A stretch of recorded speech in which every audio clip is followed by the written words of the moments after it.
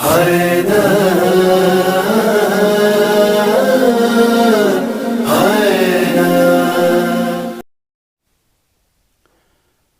بالله السميع العليم من الشيطان اللعين اللئيم الرجيم.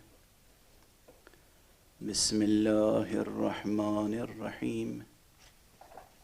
الحمد لله رب العالمين، والصلاة والسلام على أشرف الخلائق أجمعين، سيدنا وسيد الأولين والآخرين، حبيبنا وحبيب إله العالمين، إمام المرسلين وخاتم النبيين، أبي القاسم المصطفى محمد. اللهم صل على محمد وآل محمد وعلى أهل بيته الطيبين الطاهرين الهداة المهديين المعصومين المظلومين، واللعنة الدائمة على أعداء الحق والدين. أما بعد، فقد قال الله تعالى عز اسمه في محكم كتابه ومتقن خطابه: بسم الله الرحمن الرحيم. لو أنزلنا هذا القرآن على جبل لرأيته خاشعا متصدعا من خشية الله، وتلك الأمثال نضربها للناس لعلهم يتفكرون. صدق الله العلي العظيم. اللهم صل على محمد وآل محمد. ایک اور بلند تر صلوات پڑھنے میں اللهم صل على محمد وآل محمد. آپ کی ان صلواتوں سے بلائیں اور وبائیں بھی دور ہوتی ہیں. برائے خوشنودی محمد و آل محمد بلند تر صلوات. اللهم صل على محمد و آل محمد. بات زبان پر آ گئی ہے تو عرض کر کے آگے بڑھوں. ایک روایت میں میری نظر سے یہ مضمون گزرا، غالباً حضرت امام جعفر صادق علیہ السلام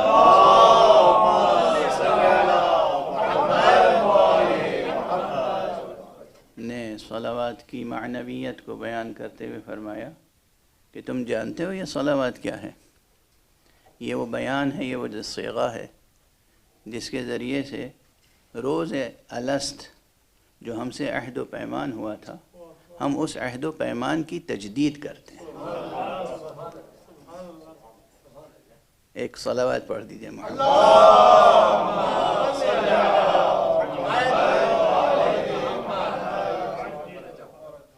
کل سے جو گفتگو کا عنوان قائم ہوا ہے وہ آپ حضرات کے اذہان عالیہ میں محفوظ ہوگا: قرآن اور حسین.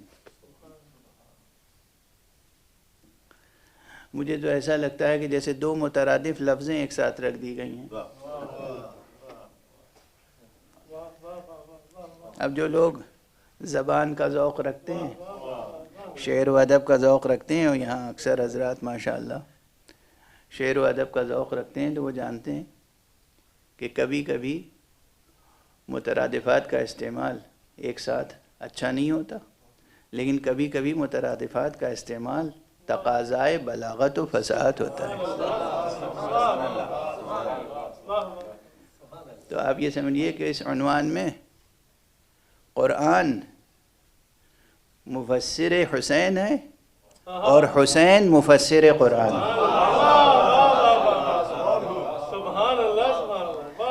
ان دونوں میں رشتہ یہ ہے کہ کہیں کہیں قرآن معرف حسین ہے اور کہیں حسین معرف قرآن. یہ عجب رشتہ ہے اس میں. اور فرما رہے ہیں آپ قرآن اور حسین. میں واقعاً شکر گزار ہوں منتظمین کا کہ انہوں نے اس عنوان کی طرف متوجہ فرمایا کہ جو وقت کا تقاضا بھی ہے، اور یقین فرمائیے چاہے وہ ماضی کی بات ہو یا حال کی یا مستقبل کی. ماضی میں بھی جب وحی کا انکار ہوا تھا تو قرآن کو حسین نے سمجھایا تھا. آج بھی قرآن مجید کی حقیقت پر اعتراضات ہو رہے ہیں تو ہم حسین کے سہارے سے سمجھیں گے، اور قیامت تک جب بھی قرآن مجید پر کوئی اعتراض ہوگا یا اشکال وارد ہوگا تو ذکر حسین کے سہارے سے اور اس صدائے حسینی کی برکت سے انشاءاللہ جواب دیا جائے گا جو نو کے نیزہ پہ بلند ہوئی تھی اور جاری و ساری ہے. قرآن اور حسین بہت معنی خیز عنوان ہے. حالانکہ یہ پہلی مرتبہ میں اس عنوان پہ گفتگو نہیں کر رہا ہوں، یہ عرض کر دوں مجھ سے قبل یقیناً بہت سے خطباء نے اور علماء نے اس عنوان پہ گفتگویں کی ہوں گی، اور بعض حضرات نے مقالے بھی لکھے ہوں گے، بعض کتابچے میری نظر سے گزرے بھی ہیں. خود میں نے آپ سے عرض کیا تھا کہ تقریباً 35-40 سال پہلے ایک طویل مقالہ میں نے لکھا تھا قرآن اور حسین. لیکن ان مجالس میں جیسا کہ کل عرض کیا آپ کے سامنے، میری کوشش یہ ہے کہ جہاں تک آواز جا رہی ہے اور پیغام پہنچ رہا ہے اور بات سمجھنے کی کوشش کی جا رہی ہے، وہاں تک ایک مختصر اسلوب میں مفصل باتیں آپ تک پہنچا دوں. مختصر اسلوب میں مفصل باتیں، مختصر اسلوب میں مفصل باتیں، یہ اعجاز بیان بھی کہیں اور نہیں ملتا سوائے قرآن کے. یہ قرآن کا خاص انداز ہے. یہ قرآن مجید کے اسالیب پر جو لوگ کام کرتے ہیں یا کرتے رہے ہیں یا کریں گے مستقبل میں، وہ یاد رکھیں قرآن کا ایک اسلوب یہ ہے.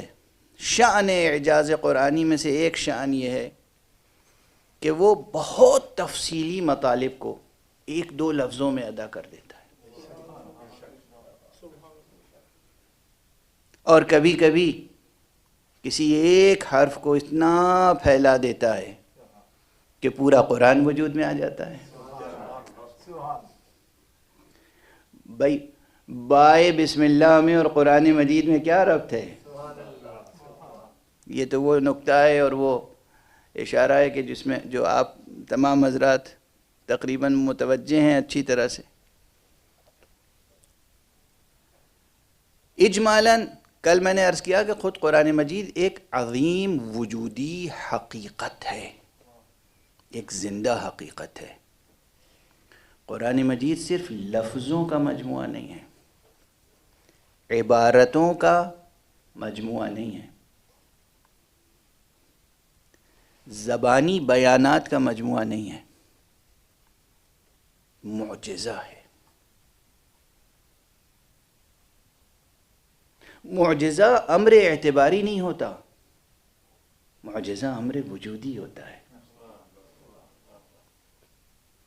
معجزہ امر وجودی ہوتا ہے، اور جو وجود جتنا عظیم ہوتا ہے اس کے اتنے زیادہ نام ہوتے ہیں.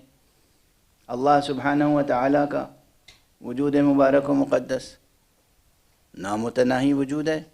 اللہ کے نام کتنے ہیں؟ وہ بھی نام متناہی ہیں. یہ جو آپ سنتے رہتے ہیں کہ 99 حروف اسماء حسنہ ہیں، یہ تو بقدر ظرف قلب و ذہن عمومی بشری،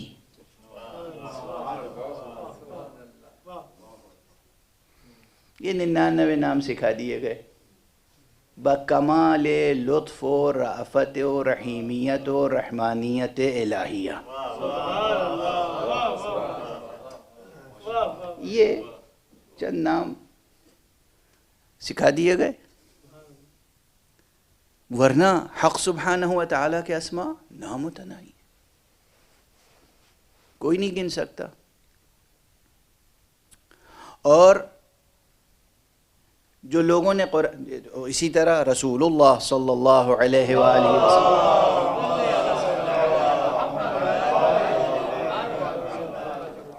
آپ کی ذات کتنی عظیم ہے، مشہور مصرع ہے فارسی کا جو ضرب المثل بن چکا ہے کہ بعد از خدا بزرگ تو ہی قصہ مختصر، خدا کے بعد سب سے بڑی حقیقت حضور صلی اللہ علیہ وآلہ وسلم کی ہے۔ تو حضور کے کتنے نام ہیں؟ حضور کے بھی بہت نام ہیں، خود قرآن مجید میں آپ کے القاب اور اسماء بہت ہیں، اور احادیث سے جو مستنبط ہوتے ہیں وہ بہت ہیں۔ بعض القاب آپ کے ایسے ہیں جو بمنزلہ اسم ہو چکے ہیں، مثلا مصطفیٰ صلی اللہ علیہ وآلہ وسلم، ضرور آپ کا اسم گرامی محمد ہے صلی اللہ علیہ وآلہ وسلم، آپ کا دوسرا نام احمد ہے، لیکن مصطفیٰ بھی آپ کا وہ اسم گرامی ہے کہ اگر بغیر کسی قید و شرط کے، بغیر کسی اور قرینے کے صرف نام گرامی مصطفیٰ کہا جائے تو ذہن ایک ہی ذات کی طرف جاتا ہے۔ اب یہ الگ بات ہے کہ جب آپ تاریخ کا مطالعہ کریں گے اور ادب کا مطالعہ کریں گے تو یہ ایک حیرت انگیز انکشاف ہوگا کہ آپ کو یہ لقب سب سے پہلے آپ کے عم بزرگوار جناب ابو طالب نے عطا فرمایا تھا۔ آپ نے فرمایا تھا هو المصطفى هو المصطفى من سرها وكريمها۔ آپ نے اپنے قصائد میں جو نعتیہ قصائد ہیں، حضور علیہ الصلاۃ والسلام ہی کی طرح آپ کے نفس رسول اور وصی برحق حضرت امام امیر المومنین علی ابن ابی طالب علیہ الصلاۃ والسلام،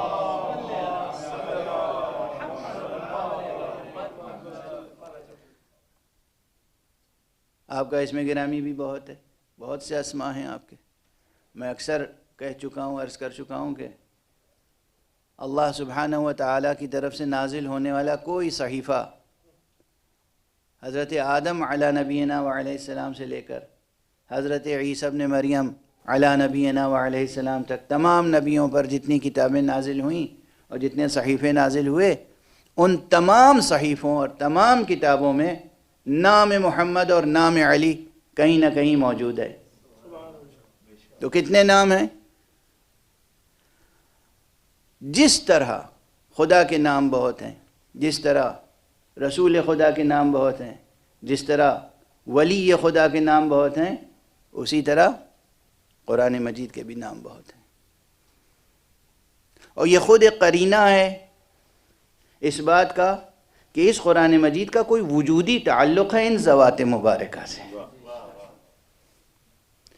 اور اب ایک بڑی بحث ہے سمیٹ کے ایک جملے میں کہہ دوں، اور آپ اپنے ذوق ایمانی کے ساتھ بس اسے سماعت فرما لیجئے اور محفوظ کر لیجئے۔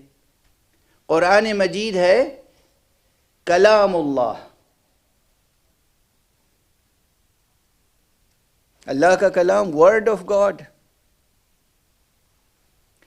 کلام اللہ اور کلمت اللہ کی بحث میں جب آپ آگے بڑھیں گے تو یہ بحث بھی سامنے آئے گی کہ کلام اللہ کی دو قسمیں ہیں، کلمات اللہ کی دو قسمیں ہیں، ایک ہے قولی، ایک ہے فعلی۔ قولی کلام اللہ کا مجموعہ ہے قرآن، اور فعلی کلام اللہ کا مجموعہ یہ پوری کائنات ہے۔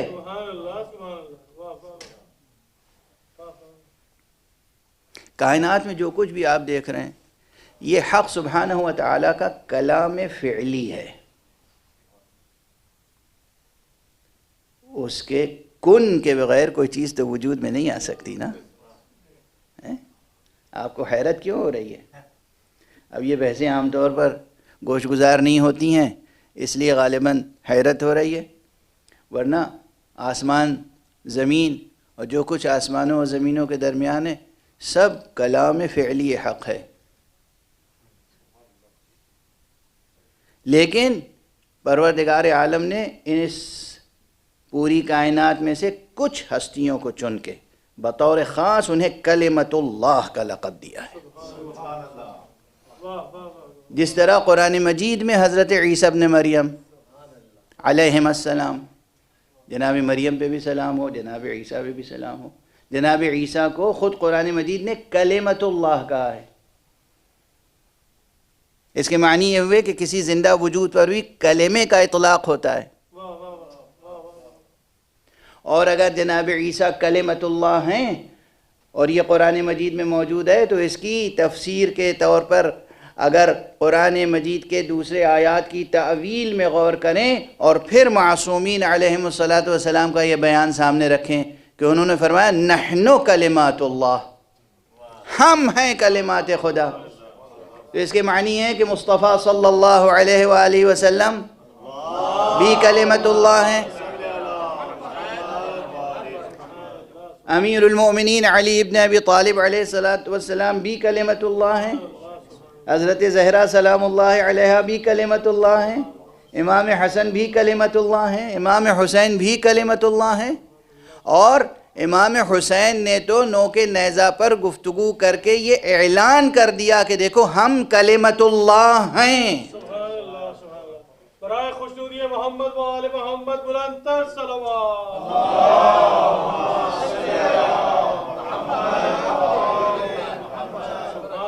بہرحال اب اس قرآن مجید کے اسماء بہت ہیں، بہت سے نام ہیں، میں نے اشارہ کر دیا، آپ میں جس میں ذوق مطالعہ اور تحقیق کا ذوق ہوگا، جستجو ہوگی، وہ مطالعہ کرے گا۔ آج کل تو انٹرنیٹ پر سب کچھ موجود ہے، آپ اگر لائبریری جانے کی فرصت نہیں رکھتے تو آپ کے پاس لائبریری آ جاتی ہے۔ اب آپ یہ نہ سمجھیے گا کہ میں کسی چیز کی تشہیر کر رہا ہوں، لیکن آج کل تو آئی فون اور آئی پیڈ اور یہ ٹیبلٹس یہ ایسے ہیں کہ آپ کے ساتھ ہر جگہ ہیں۔ کتاب رکھی ہوئی ہے واشنگٹن کی لائبریری میں اور آپ اپنی کار میں پڑھتے ہوئے چلے جا رہے ہیں، ٹرین میں پڑھتے ہوئے چلے جا رہے ہیں، فلائٹ میں پڑھتے ہوئے چلے جا رہے ہیں۔ اب علم نہ حاصل کرنے کا کوئی عذر نہیں رہ گیا۔ یہ بھی ایک لطف حق ہے کہ ہر فرد پر حجت تمام ہو گئی۔ اب کوئی یہ نہیں کہہ سکتا کہ بات ہم تک پہنچی نہیں تھی، ہمیں موقع نہیں تھا پڑھنے کا، مطالعے کا موقع نہیں تھا، تحقیق کا موقع نہیں تھا۔ وہ زمانہ گیا جب تحقیق و جستجو کے لیے گھر بار چھوڑ کے اور انسان لائبریریوں میں معتکف ہو جاتا تھا۔ نہیں، اب تو لائبریریاں آپ کے، اب وہ تعبیر ہمیں تو اچھی ہی نہیں لگتی، لیکن یہی ہے کہ آپ کی جیب میں ہے، سب کچھ آپ کی جیب میں ہے۔ تو مطالعہ فرمائیں۔ مطالعے کی اب بس ایک شرط ہے، مطالعہ اسی کا سود مند ہوتا ہے جو تعصب کے بغیر مطالعہ کرے، تعصب کے بغیر، جانبداری کے بغیر، غیر جانبدارانہ مطالعہ۔ اور یقین فرمائیے کہ غیر جانبدارانہ مطالعہ ہمیشہ انسان کو حق تک پہنچاتا ہے۔ تو اب یہ موضوع ہے، آپ حضرات تحقیق کریں کہ قرآن مجید کے کتنے نام ہیں اور ہر نام کی تاثیر کیا ہے۔ اب دوسری، نام کے بعد صاحب نام کی بات ہوتی ہے، نام کے بعد ذات کی بات ہوتی ہے، اسم کے بعد مسمہ کی بات ہوتی ہے۔ قرآن ہے کیا جس کے اتنے نام ہیں؟ میں کہہ رہا ہوں کہ یہ صرف لفظوں کا مجموعہ نہیں ہے، یہ صرف جملوں کا مجموعہ نہیں ہے۔ اب اس پر بڑی بحثیں رہی ہیں تاریخ میں، کچھ بحثیں تو اتنی سنگین ہو گئی تھیں کہ اس میں خون ریزیاں ہوئیں، قید و بند کی مصیبتیں لوگوں نے جھیلیں دفاع قرآن میں۔ میں مسلکی تعصبات سے بہت بلند ہو کر یہ گفتگو کر رہا ہوں، جس نے بھی قرآن مجید کی عظمت کی خاطر ایک ذرہ بھر بھی مصیبت سہی ہے، پروردگار یقیناً اسے جزائے خیر دے گا۔ تو بہت سے علماء جس طرح بھی ان کا جو بھی عقیدہ تھا، جو بھی، مثلا امام احمد ابن حنبل، قرآن مجید کی عظمت و حرمت پر آنچ نہ آنے پائے، بس یہ تھا ان کا جذبہ۔ چنانچہ طاغوت وقت نے بہت اذیتیں دی، بہت توہین کی ان کی، اور انہوں نے دفاع کیا جو بھی ان کا نظریہ تھا، بینہ و بین اللہ۔ چنانچہ یہ بحث تھی اس زمانے میں کہ یہ قرآن حادث ہے یا قدیم، قرآن حادث ہے یا قدیم۔ یہ بحث ابھی بھی کتابوں میں ہے، یعنی علم کلام کی کتابوں میں ہے۔ کبھی کبھی یہ بحث کھینچ کے استطراداً برسبیل تذکرہ علم اصول کی بحثوں میں بھی آ جاتی ہے اور فقہ میں بھی آ جاتی ہے۔ تو کلام و اصول و فقہ، علم عرفان اور فلسفہ و حکمت کے مبانی بالکل الگ ہیں۔ اب یہ لفظیں میں استعمال کر رہا ہوں اہل ذوق کے لیے، جن میں جتنا حوصلہ ہوگا وہ اس کا مطالعہ کریں گے۔ یہ نہ سمجھیے کہ عام اذہان پر کچھ ضرورت سے زیادہ بوجھ ڈال رہا ہوں، اس لیے کہ مجھے یہ یقین ہمیشہ رہا کہ یہ فضائے مجلس ذہنوں کی اور دلوں کی ایسی تربیت کر دیتی ہے کہ کتنی ہی مشکل بحثیں چھیڑی جائیں، یہاں سے تبرک لیے بغیر کوئی نہیں جاتا۔ ایک صلوات پڑھ دیجئے محمد۔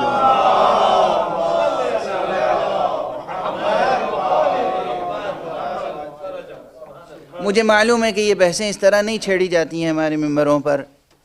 کچھ موضوعات مقرر کر لیے گئے کہ یہ عوام کے لیے بس یہی سطح ٹھیک ہے، اس سے اوپر بحث نہ جائے۔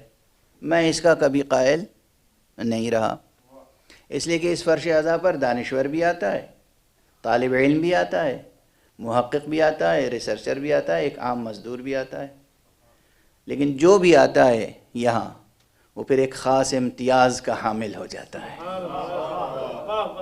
چنانچہ میں فرش اعضاء حسین پر آنے والوں کو عوام میں نہیں گنتا، خواص میں شمار کرتا ہوں۔ تو اب یہ خاص بحثیں ہیں، کان میں پڑی رہیں گی۔ جو بزرگ ہیں اگر فرصت نہ ملی تو انشاءاللہ ان کے بچے تحقیق کریں گے۔ قرآن مجید ہے کیا جو اس کے متعلق اتنی بحثیں ہیں؟ اس سلسلے میں خود قرآن مجید نے اپنا تعارف بہت سے زاویوں سے کرایا ہے۔ آج میں محسوس کر رہا ہوں، دل تو میرا یہی چاہتا ہے کہ وقت کے اندر تقریر ختم ہو جائے، لیکن جو بحثیں سامنے آ رہی ہیں وہ بہت سنگین ہیں، اور یہ ادعا نہیں ہے، تعلی نہیں ہے، یہ وہ بحثیں ہیں جو اس سے پہلے ہوئی نہیں ہیں اس طرح جس طرح میں گزارش کرنا چاہ رہا ہوں۔ اس لیے آپ کی توجہات کو صلوات کی برکت سے اور زیادہ چاہتا ہوں۔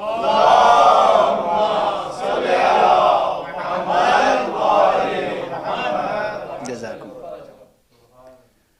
قرآن مجید میں نے کہا، اکثر کہا، کہتا آیا ہوں، یہ ایک زندہ وجود ہے، سانس لیتا ہوا زندہ وجود۔ اسے صرف بے جان لفظوں کا مجموعہ نہ سمجھیں۔ تو پھر ہے کیا بالآخر؟ قرآن مجید سے متعلق خود قرآن نے جو تعارف اپنا کرایا ہے، اس میں سے ایک مقام صرف شاید آج عرض کر سکوں، اور وہ ہے سورہ مبارکہ زخرف کی ابتدائی آیتیں۔ بسم اللہ الرحمن الرحیم، حامیم والکتاب المبین، انا جعلناہ قرآنا عربیا لعلکم تعقلون وَإِنَّهُ فی ام الکتاب لدینا لعلی حکیم۔ عجیب مقام سخن ہے، اور اگر اتنی ہی بات سمجھ لی جائے، یہی آیتیں تحلیل کر لی جائیں، تو قرآن مجید سے متعلق یہ بحث بھی حل ہو جائے گی کہ قرآن حادث ہے یا قدیم، اور حادث ہے تو کس لحاظ سے، اور قدیم ہے تو کس لحاظ سے۔ اب ایک سادہ سا جملہ تو میں یہ عرض کر دوں جو میرے نزدیک خلاصہ مطالب ہے، دیکھیے بہت سینکڑوں صفحات کی بحث کا خلاصہ 2 فقرہ ہے. قرآن مجید اپنے ان لفظوں کے اعتبار سے حادث ہے. قرآن مجید اس میں پوشیدہ معانی کے لحاظ سے قدیم ہے. اور فرمایا آپ نے ان لفظوں کی روشنی میں حادث ہے. اب میں کیسے کہہ رہا ہوں حادث؟ ہو سکتا ہے بہت سے حضرات اعتراض کریں جن کا عقیدہ یہ ہے کہ قرآن مجید حادث ہے. اپنے ان الفاظ کے ساتھ بھی اس ایک لفظ کی طرف پہلے توجہ دلا دوں، اور چونکہ مجلس کے تقاضے جو ہیں انہیں بھی پورے کرنے ہیں مجھے، اس لیے خاص طور سے آپ کی توجہ چاہتا ہوں کہ پروردگار عالم نے سورہ زخرف میں کیا فرمایا؟ حا میم، یہ تو حروف مقطعات ہیں. یہ اور بات ہے کہ بعض حضرات کہتے ہیں مراد ہے اس سے کہ گویا محبت کے انداز میں پروردگار نے محمد کا نام پکارا ہے.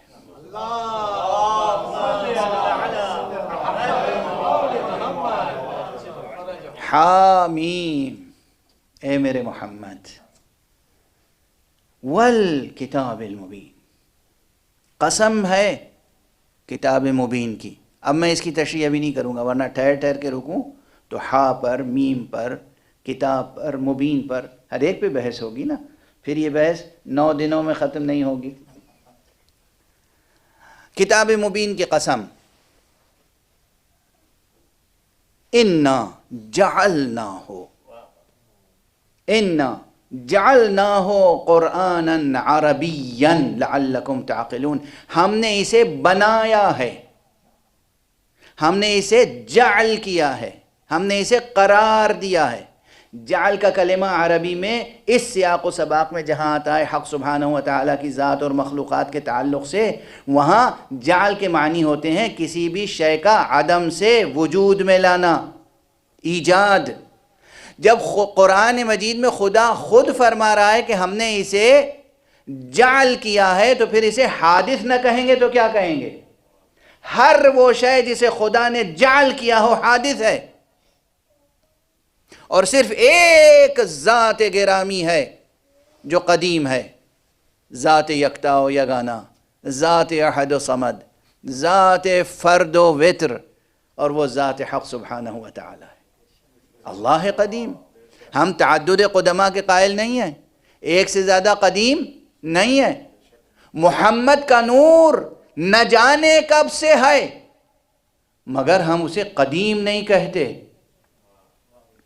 نور مبارک امیر المومنین نہ جانے کب سے ہے، ہم اسے قدیم نہیں کہتے. نور مبارک زہرا نہ جانے کب سے ہے، ہم اسے قدیم نہیں کہتے. انوار خمسہ نجبا، یہ محمد و علی، یہ فاطمہ و حسن و حسین، ان کے نورانی وجود خلقت آدم کے بہت پہلے سے ہیں. ہمارے لیے تو یہ چیز آئینہ ہے. جن کے لیے شکوک ہوں، شبہات ہوں، مسائل ہوں، تو ان سے بس یہی کہہ سکتا ہوں عاجزانہ کہ ذرا مطالعہ کریں، تحقیق کریں، جستجو کریں. جس چیز کا علم نہ رکھتے ہوں اس کا انکار نہ کریں. بغیر علم کے انکار کرنا عالم ہونے کی دلیل نہیں، جاہل ہونے کی سند ہے. بغیر علم کے انکار کرنا یا بغیر علم کے اقرار کرنا. اقرار بھی نہ کیجئے، تحقیق کیجئے، جستجو کیجئے، لیکن اگر آپ اقرار نہیں کر سکتے انکار بھی نہیں کر سکتے. ایک فلسفی اور حکیم گزرے ابن سینا. ابن سینا کا یہ جملہ بہت مشہور ہے علمی حلقوں میں. وہ کہتا ہے کہ بغیر دلیل و برہان کسی چیز کا قبول کر لینا یا بغیر دلیل و برہان کسی چیز کا انکار کر دینا، یہ کام، دونوں کام، قبول کریں یا انکار کریں، اس عمل سے انسان انسانیت کے حدود سے خارج ہو جاتا ہے، پھر وہ انسان نہیں رہتا. بغیر دلیل و برہان، بغیر علم قبول کر لے کوئی چیز، مان لے، بغیر دلیل و برہان، بغیر ایویڈنس کے، پروف کے، آرگومنٹ کے انکار کرے، تب بھی وہ انسان نہیں ہے، کچھ اور ہوگا. بہرحال جستجو شرط ہے، انکار نہ کیجیے. تو نہ جانے کب سے ہیں یہ انوار قدسیہ. مگر ہم انہیں قدیم نہیں کہتے، اس لیے کہ حق سبحانہ و تعالیٰ کے مخلوق ہیں، مخلوق ہیں۔ قرآن مجید کے لیے اللہ خود فرما رہا ہے کہ اِنَّا جَعَلْنَاهُ قُرْآنًا عَرَبِيًّا لَعَلَّكُمْ تَعْقِلُونَ، ہم نے اسے بنایا ہے قرآن عربی۔ ٹھہر جائیے یہاں پر، دوسری آیت کیا ہے اس کے فوراً بعد؟ وَإِنَّهُ فِي أُمِّ الْكِتَابِ لَدَيْنَا لَعَلِيٌّ حَكِيمٌ، اور بے شک یہ یعنی یہی قرآن، فی ام الکتاب، ام الکتاب میں۔ اب معلوم ہوا کہ جو لوگ ہر جگہ ام الکتاب کو بھی قرآن ہی کہتے ہیں یہ خطا ہے۔ ام الکتاب ظرف ہے اور قرآن اس میں مظروف۔ یہ قرآن ام الکتاب میں کیا ہے؟ لدینا، وہ بھی ہمارے نزدیک، لعلی حکیم، یہ تو علی یہ حکیم ہے۔ قرآن کا نام کیا ہے؟ میں نہیں نام دے رہا ہوں قرآن کو، قرآن کو میں کوئی نام نہیں دے رہا ہوں، قرآن کو قرآن میں اللہ علی حکیم کا نام دے رہا ہے اور فرما رہا ہے کہ یہ میرے نزدیک ام الکتاب میں علی حکیم ہے۔ اب بتائیے کہ یہ اور فرق قرار دیا، یہ جو طور وجود ہے عربی مبین میں، یہ اس لیے ہے تاکہ تم سمجھ سکو۔ وہ طور وجود کوئی اور ہے جو ام الکتاب میں ہمارے نزدیک علی حکیم ہے۔ صلوات پڑھ دیجئے محمد وآلہ۔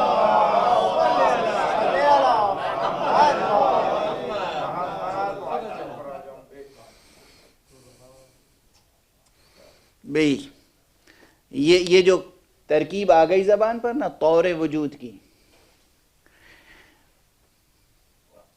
اس کی طرف تھوڑا سا اشارہ کر دوں۔ ظاہر ہے آپ میں سے ہر ایک فلسفے کا طالب علم نہیں ہوگا، لیکن یہ فلسفے کی ابتدائی تعلیمی کتابوں میں یہ بحث آتی ہے کہ اطوار وجود یعنی فیزز آف ایگزسٹنس یہ 4 ہیں۔ یہ ایک عام سا مقولہ ہے، میں اس سے متفق نہیں ہوں، میں اس سے تقریباً وہی 30-32 سال پہلے انکار کر چکا ہوں کہ یہ ایک غلط اسٹیٹمنٹ ہے۔ اور یہ بھی نہیں کہ جو بعض حکماء نے کہا 5 ہیں اور 6 ہیں اور 7 ہیں، نہیں، اطوار وجود نامتناہی ہیں، اطوار وجود نامتناہی ہیں۔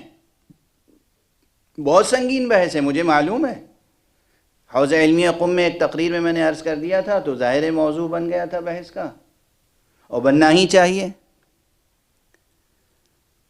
نہ 4 نہ 6 نہ 5 نہ 7، مثلا جناب ملا صدرہ کے لیے کہا جاتا ہے کہ انہوں نے کہا 7 اطوار وجود ہیں، یہ بھی نارسائی ہے۔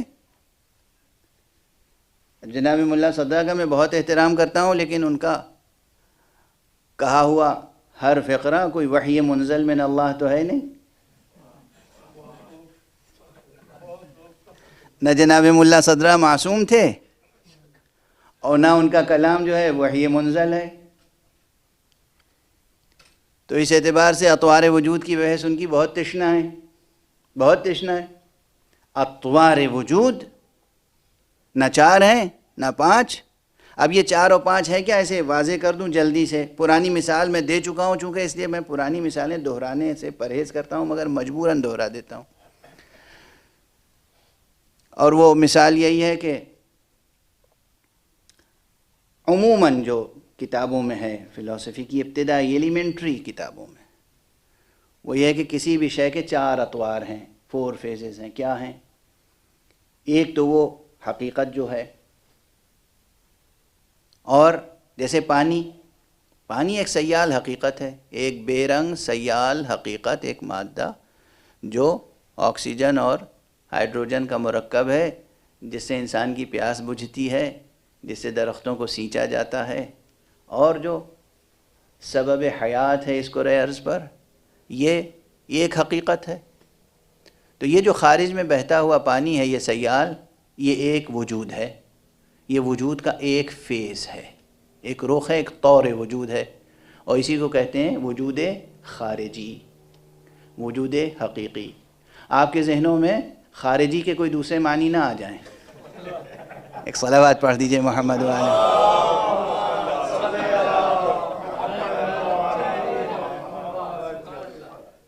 کائنات کی ہر چیز خارجی ہو سکتی ہے، مگر پانی خارجی نہیں ہو سکتا۔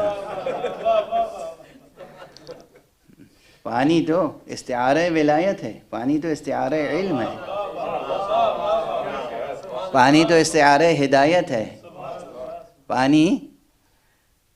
پانی تو استعارہ حیات ہے، بلکہ سبب حیات ہے، اس کو عرض پر مفید حیات ہے۔ تو یہ پانی، اس کے کہتے ہیں اصطلاح فلسفہ میں وجود خارجی یا وجود حقیقی۔ اب اس کو آپ نے ایک نام دے دیا، ایک لفظ پانی، تو یہ لفظ کیا ہوا؟ نام ہی تو ہے۔ لیکن جب یہ نام دے دیا اور یہ مستقر ہو گیا، معلوم ہوا کہ یہی نام ہے اس کا، تو جب بھی آپ پانی کہیں گے تو آپ کے ذہن میں وہ پانی آ جائے گا، یعنی اس کی ماہیت آ جائے گی۔ جیسے میں نے ابھی کہا پانی، اور آپ کے ذہنوں میں پانی کا تصور آ گیا، ماہیت آ گئی۔ تو یہ جو لفظ ہے جو زبان سے ادا ہوا، اسے لفظ کہتے ہیں۔ تو یہ ایک طور وجود ہے اسی کا، اسی پانی کا ایک فیز ہے، اور یہ فیز کون سا ہے؟ وجود لفظی۔ اب اس کے بعد جناب والا آپ نے اسی لفظ کو لکھ دیا کاغذ پر، یہ ہو گیا وجود کتبی۔ اور یہ وجود کتبی پڑھ کر یا وجود لفظی سن کر یا وجود خارجی دیکھ کر آپ کے ذہن میں جو پانی کی ماہیت آ گئی، پانی کا تصور آیا، یہ ہے وجود ذہنی۔ واضح ہے نا؟ تو یہ چار میں حصر کر دیتے تھے، وجود ذہنی، وجود لفظی، وجود کتبی، وجود عینی یا خارجی یا حقیقی۔ اس فقیر کا یہ معروضہ ہے کہ وجود چار، یہ فیزز، یہ اطوار وجود چار میں محدود نہیں ہے، بلکہ نامتناہی ہیں۔ اب یہ بحث ہے، اور ظاہر مجلس میں حوالے کے لیے بس اتنا ہی۔ میں نے چھیڑی کیوں یہ بحث؟ قرآن مجید کے دو اطوار کی طرف خدا نے یہاں اشارہ کیا ہے۔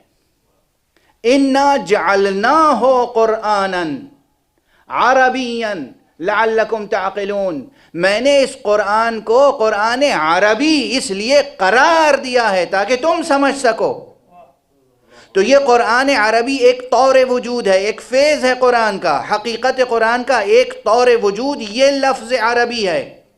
اور وہیں خود اعلان فرما دیا، وَإِنَّهُ، اور بے شک، بتحقیق، دراصل، وَإِنَّهُ فی ام الکتاب لدینا لعلی حکیم، ہمارے نزدیک تو یہ قرآن جو عربی الفاظ کی شکل میں تمہارے سامنے ہے وہ علی حکیم ہے، یعنی کسی اور طور وجود کی طرف متوجہ کیا گیا۔ واضح ہے؟ وہ طور وجود جو علی حکیم ہے وہ لدینا ہے، یعنی عند اللہ۔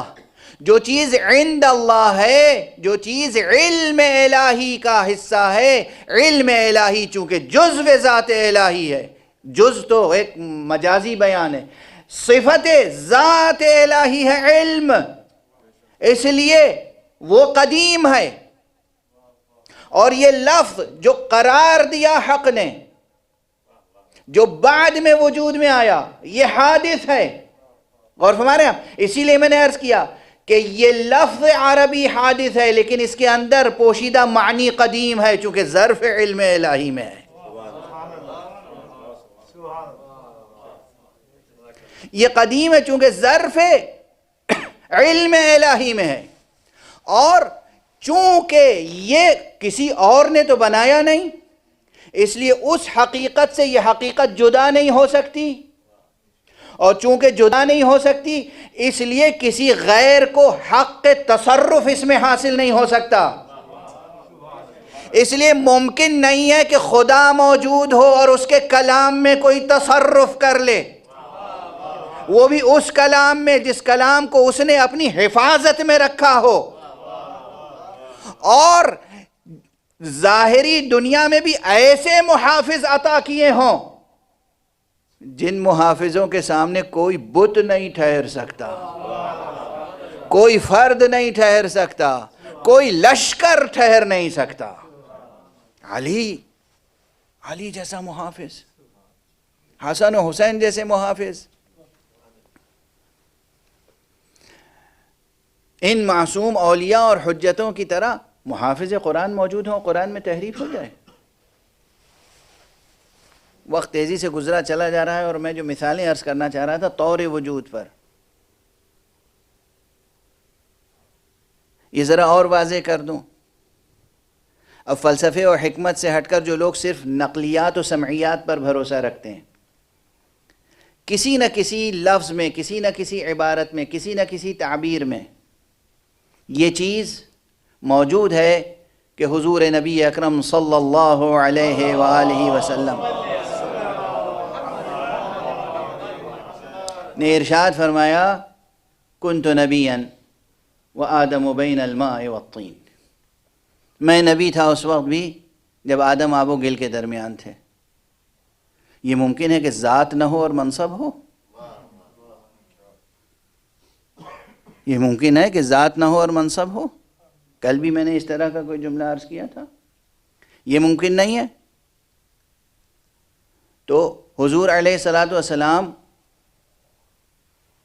تو صلب حضرت عبد المطلب سے، صلب حضرت عبداللہ سے، رحم حضرت آمنہ سے سلام اللہ علیہم اجمعین، پروردگار ہمارے نبی کے آباء و اجداد پر درود و سلام نازل فرمائے۔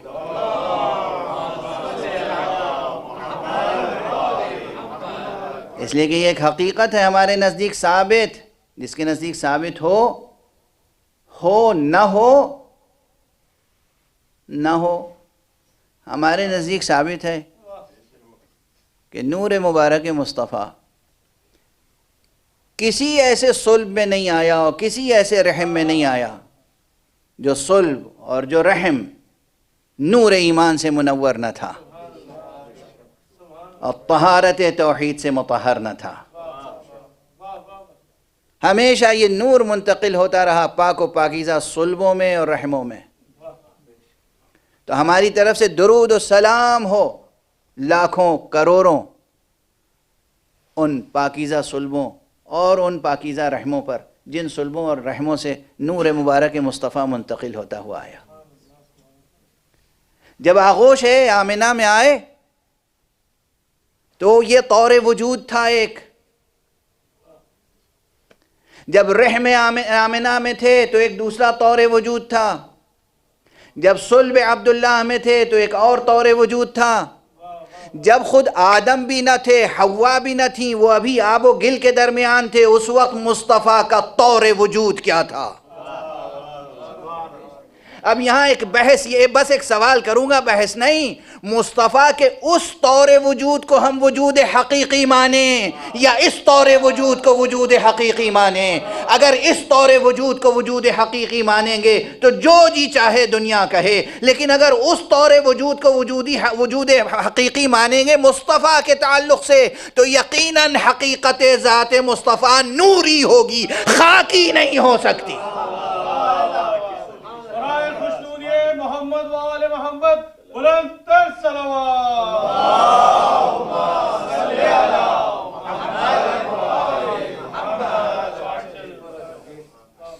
حضور نے فرمایا ہے نا، اب یہ اطوار وجود کی بحث میں آئے گی یا نہیں؟ یہ بات آئے گی۔ آخر وہ کون سا طور وجود تھا؟ فرمانے کنت نبیًا، میں اس وقت نبی تھا جب ابھی آدم آب و گل کے درمیان تھے۔ اور یہ تو میں اس سے پہلے بھی عرض کر چکا ہوں کہ جس طرح حضور کا ارشاد گرامی ہے کہ کنت نبیًا وآدم بین الماء والطین، بالکل اسی طرح امیر المومنین، امام المتقین، قائد الغر المحجلین، قاتل المشرکین امیر المؤمنین علی ابن ابی طالب علیہ الصلاۃ والسلام.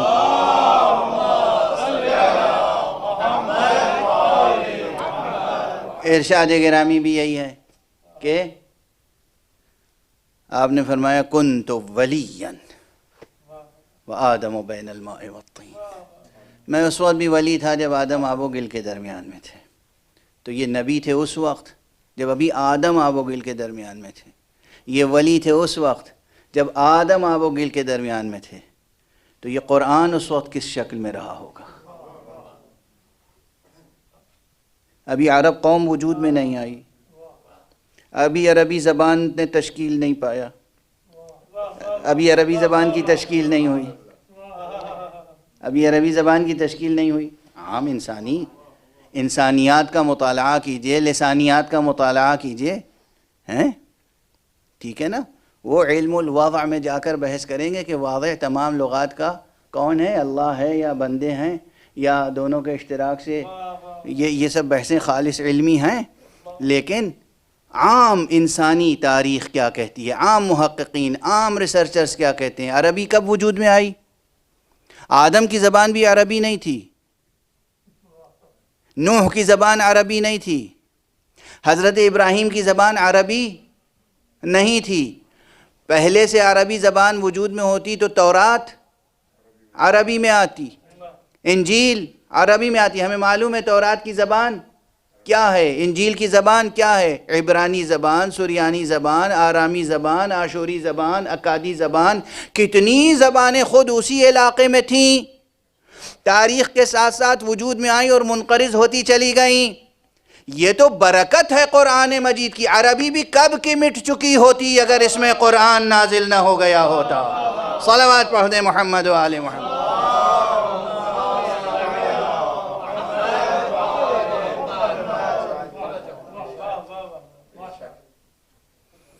یہ برکت قرآنی ہے کہ عربی زبان اپنے پورے جاہ و جلال و جمال کے ساتھ اور کمال کے ساتھ اپنے پورے وجود کے ساتھ موجود ہے.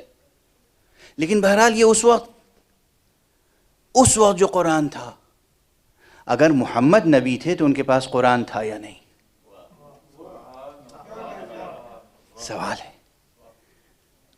اگر علی ولی تھے اور ولی مصطفیٰ تھے، وصی مصطفیٰ تھے، تو ان کے پاس علم قرآن تھا یا نہیں، علم الکتاب تھا یا نہیں؟ غور فرما رہے ہیں یہ بحث. ایک حقیقت کو ماننے سے بہت سی حقیقتوں کو ماننا پڑتا ہے، اور ایک حقیقت کو مان لینے سے بہت سی بے حقیقت باتوں کا انکار آسان ہو جاتا ہے.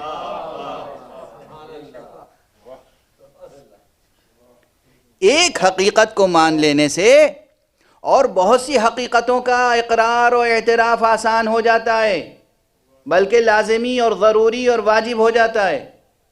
اور ایک حقیقت کو مان لینے سے بہت سی بے حقیقت باتوں کا انکار آسان ہو جاتا ہے، توہمات سے بچ جانا آسان ہو جاتا ہے.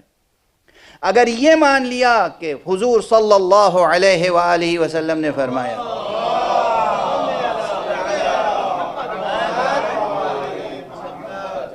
کنت نبیا وآدم بین الماء والطین، تو نبوت مصطفیٰ کا تو انحصار ہی قرآن پر ہے. تو اس وقت قرآن تھا یا نہیں؟ وہ کون سا قرآن تھا؟ یہ عربی زبان کا کس شکل میں تھا، کس رسم الخط میں تھا، تلفظ کے حوالے سے کن اصوات میں تھا؟ میں سوالات قائم کر رہا ہوں، شاید اس سے پہلے یہ سوالات قائم نہ کیے گئے ہوں، بلکہ یقین ہے کہ نہیں قائم کیے گئے. جب سن 570 عیسوی میں حضور پیدا ہوئے اور 40 برس کے بعد سن 610 عیسوی میں وحی نازل ہوئی، اس وقت یہ وحی جبرائیل علیہ السلام نے عربی زبان میں القاء فرمائی، کیونکہ سامع اور مخاطب عرب تھے. حضور کو پیغام کہاں پہنچانا تھا، کن تک براہ راست؟ یعنی مخاطب اول حضور کے کون تھے؟ عرب۔ پیغام آپ کا عالمی تھا، مگر اس وقت جہاں آپ تھے مخاطب اول کون تھا؟ عرب، اس لیے وہ عربی زبان میں آیا۔ لیکن جب عرب نہیں تھے، عجم نہیں تھے، آدم نہیں تھے، حوا نہیں تھیں، لیکن محمد نبی تھے،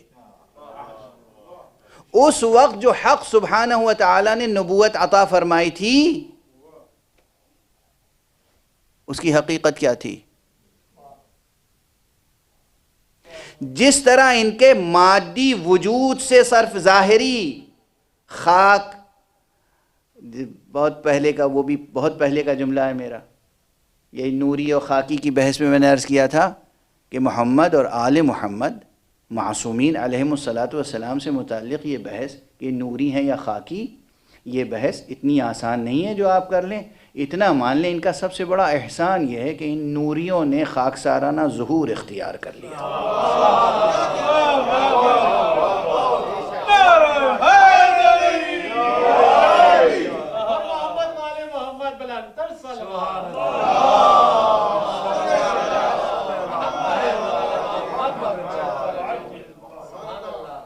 ان نوری مخلوقات نے خاکسارانہ ظہور اختیار کر لیا۔ یہ ان کی سب سے بڑی قربانی تھی، یہ ان کا سب سے بڑا لطف تھا، کرم تھا، احسان تھا، ہم جیسے خاکیوں کو عالم نور تک لے جانے کے لیے۔ عالم نور سے آئے خاک پر تاکہ ہم خاکیوں کو عالم نور تک لے جائیں۔ تو جس طرح حضور کے اطوار وجود، ایک یہ طور وجود ہے، اسے ہم حقیقی کہیں یا اس طور وجود کو حقیقی کہیں؟ جواب نہیں دے رہا ہوں ابھی۔ کبھی کبھی سوال اتنا لذیذ ہوتا ہے کہ جواب دے کر اس لطف و لذت اور حظ کو اور شیرینی کو ختم کرنے کا دل نہیں چاہتا۔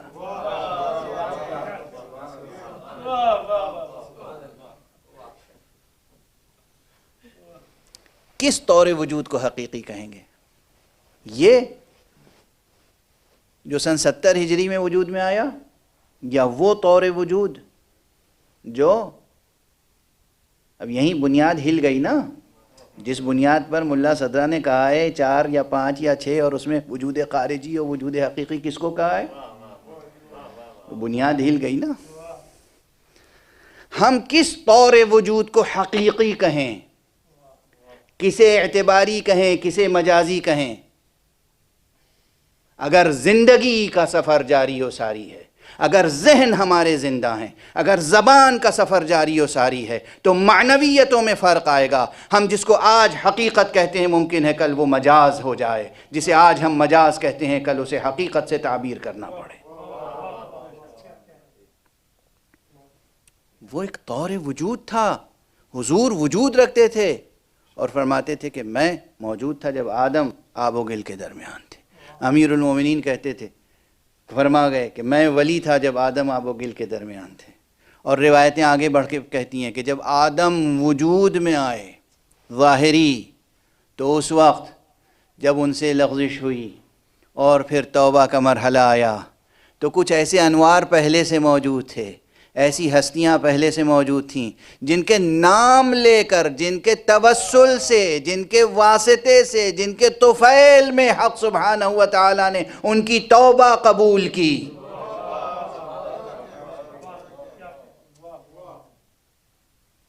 ہمارے ہاں یہ چیزیں حقیقت ہیں۔ جو حضرات مکتب اہل بیت کے ان افادات اور حقائق اور معارف سے آشنا نہیں ہیں، انہیں مکتب اہل بیت کا مطالعہ کرنا چاہیے، روایات اہل بیت۔ وہ کون تھیں ہستیاں؟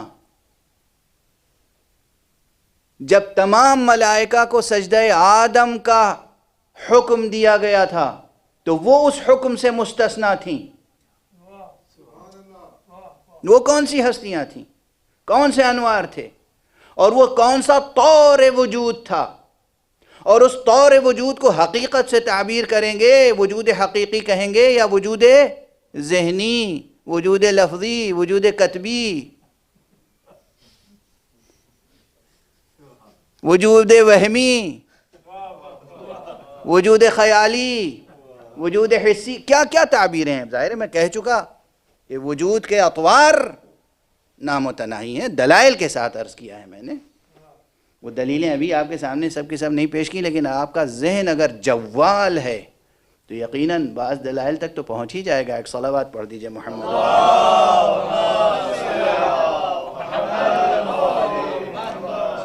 میرے خیال ہے ضرور یہ بحث ذرا دقیق ہو گئی اور ابھی بحث کا حق ادا نہیں ہوا، لیکن بہرحال یہ بحث آئی کیوں؟ چونکہ خود قرآن مجید کے دو اطوار وجود کا تعارف حق سبحانہ و تعالیٰ کرا رہا ہے. ایک انا جعلناہ، جعل کہتے ہیں عدم سے وجود میں لانا، یہ جعل.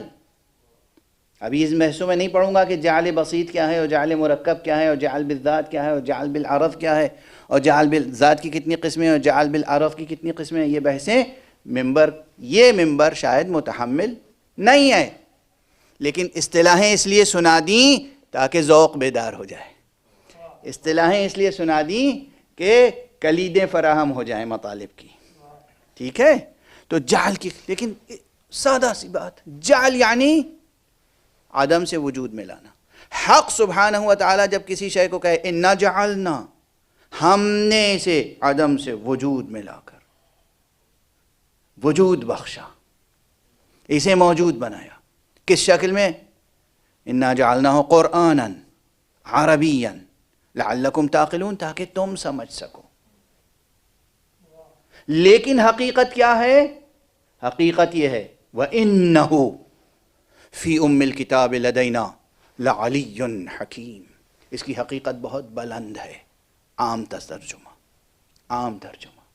علی یعنی بلند، حکیم یعنی حکمت والا. یہاں پر برسبیل تذکرہ عرض کر دوں کہ جو عربی زبان کا ذوق رکھتے ہیں وہ یہ سمجھتے ہیں کہ عموماً یہ ایک استثناء ناپذیر کلیہ نہیں ہے، یعنی ایسا نہیں کہ اس میں ایکسیپشنز نہ ہو، لیکن عموماً فعیل کے وزن پر حکیم، رحیم، مجید، کریم، رحیم، یہ اوصاف جو آتے ہیں ذی روح اور زندہ کے لیے آتے ہیں، بے جان کے لیے نہیں آتے.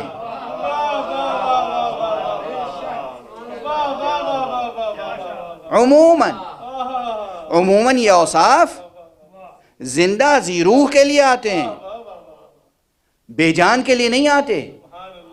استثناء ہے، جیسے کسی حجر کو حجر کریم کہتے ہیں، یعنی جواہرات، یا اس طرح استثناء ہے. عموماً اس وزن فعیل پر جو اوصاف آتے ہیں وہ جاندار کے لیے آتے ہیں.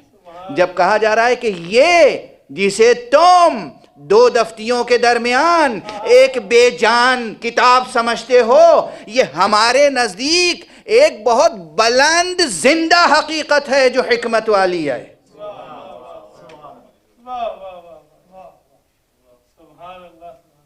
اب بتائیے اگر اسی انداز سے گفتگو ہوگی تو پھر قرآن مجید سے متعلق مطالب کا احساء تو کیا، بلکہ بہت سے مطالب کی طرف اشارات بھی رہ جائیں گے. ان بس آج عنان سخن کو اور زمام کلام کو روکتا ہوں اور دامن سخن کو سمیٹتا ہوں. آج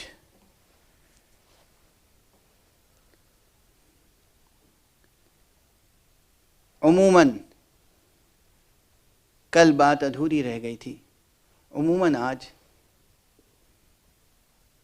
مفسر قرآن اور مفسر من القرآن، مفسر بالقرآن، معرف قرآن و معرف بالقرآن، آج جان قرآن، صدائے قرآن،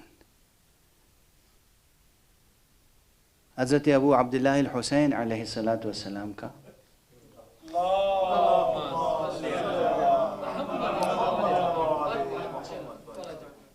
کربلا میں ورود بیان کیا جاتا ہے روایتی طور پر، لیکن کل بہت تشنا رہ گئی تھی گفتگو. میں نے عرض کیا تھا کہ آقا حسین نے اپنی زندگی ایسے بسر کی اور خصوصیت کے ساتھ یہ سفر کربلا، یہ پورا معرکہ کہ ہر قدم پر اس طرح قرآن مجید کی آیتوں کی تلاوت کی ہے تاکہ دنیا یاد رکھے درباری، سیاسی، قلم فروش، سخن فروش، ضمیر فروش مورخوں کے ذریعے سے حسین علیہ السلام کی سیرت کو اخذ نہ کیا جائے، قرآن مجید کی آیتوں کے سہارے سے سمجھا جائے۔ چنانچہ جب آپ مدینہ منورہ سے نکل رہے تھے اس وقت بھی آپ قرآن مجید کی ایک تلاوت بلند آواز سے کر رہے تھے، فرما رہے تھے فخرج منها خائفا يترقب قال رب نجنی من القوم الظالمین۔ یہ وہ فقرہ ہے جو جناب موسیٰ جب چل رہے تھے، جناب موسیٰ نے جب ہجرت کی تھی مدین کی طرف، اس وقت ارشاد فرمایا تھا۔ اس کے معنی یہ ہے کہ قرآن مجید کی آیات تلاوت فرما کے حسین بتا رہے ہیں کہ دیکھو میرا سفر پیغمبرانہ اہداف کے لیے ہے، میرا سفر بہت بلند اہداف کے لیے ہے۔ اور اس کے بعد یہ بھی ہے روایتوں میں کہ جب مکہ قریب آیا تو پھر آپ نے وہ آیت تلاوت فرمائی کہ جو جناب موسیٰ نے اس وقت تلاوت فرمائی تھی جب مدین پہنچے تھے، وَلَمَّا تَوَجَّهَ تِلْقَاءَ مَدْيَنَ قَالَ عَسَى رَبِّي أَن يَهْدِيَنِي سَوَاءَ السَّبِيلِ۔ حسین تلاوت کرتے ہوئے آگے جا رہے ہیں، یعنی آہنگ سفر حسینی آہنگ وحی الہی ہے۔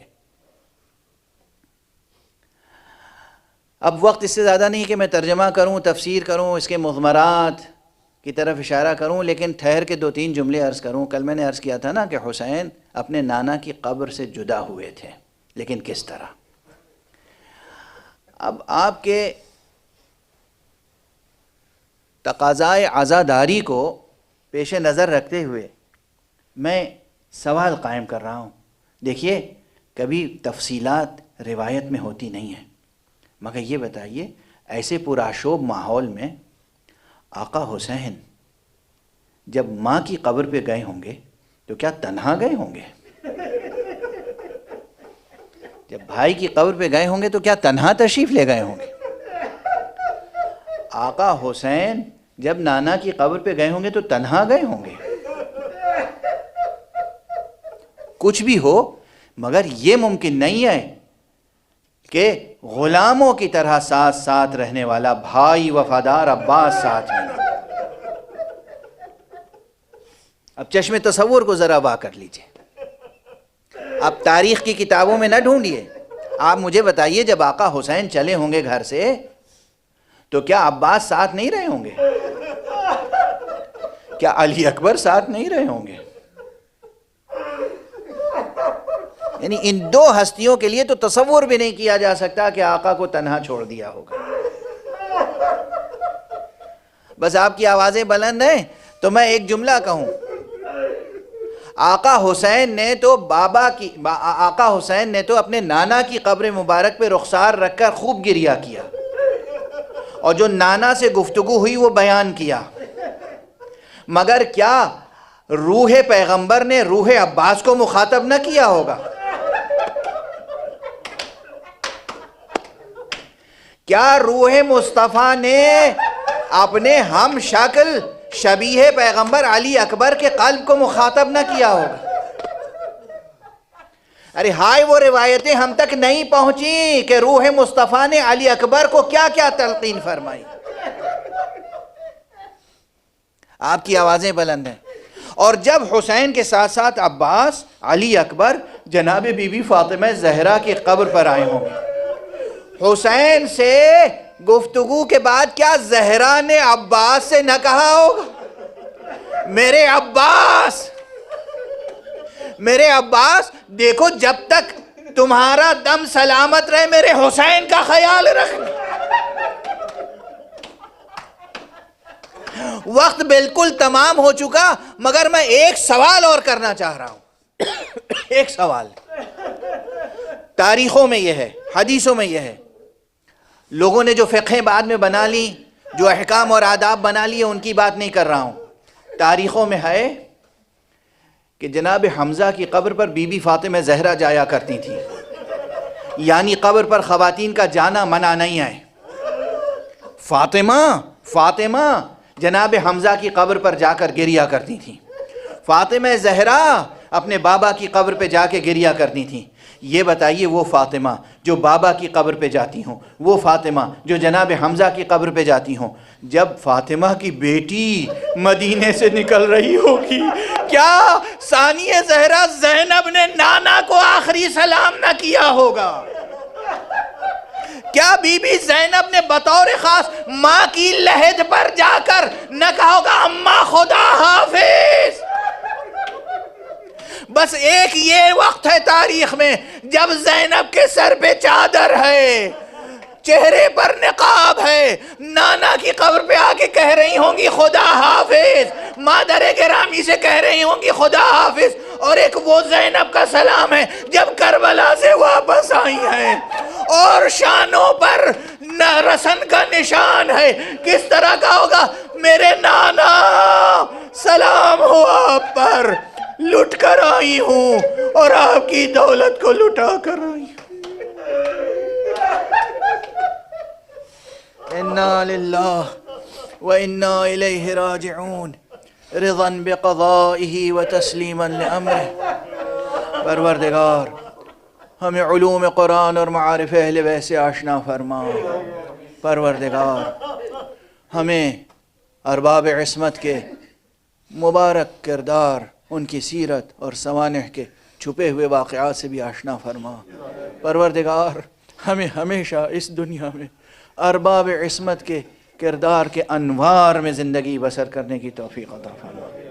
معبود پروردگار اس معاشرہ انسانی میں اور معاشرہ مسلمین میں علماء حق کا وجود برقرار رکھ، مراجع دین کی حفاظت فرما، بالخصوص آیت اللہ العظمیٰ سید علی حسینی سیستانی کی حفاظت فرما۔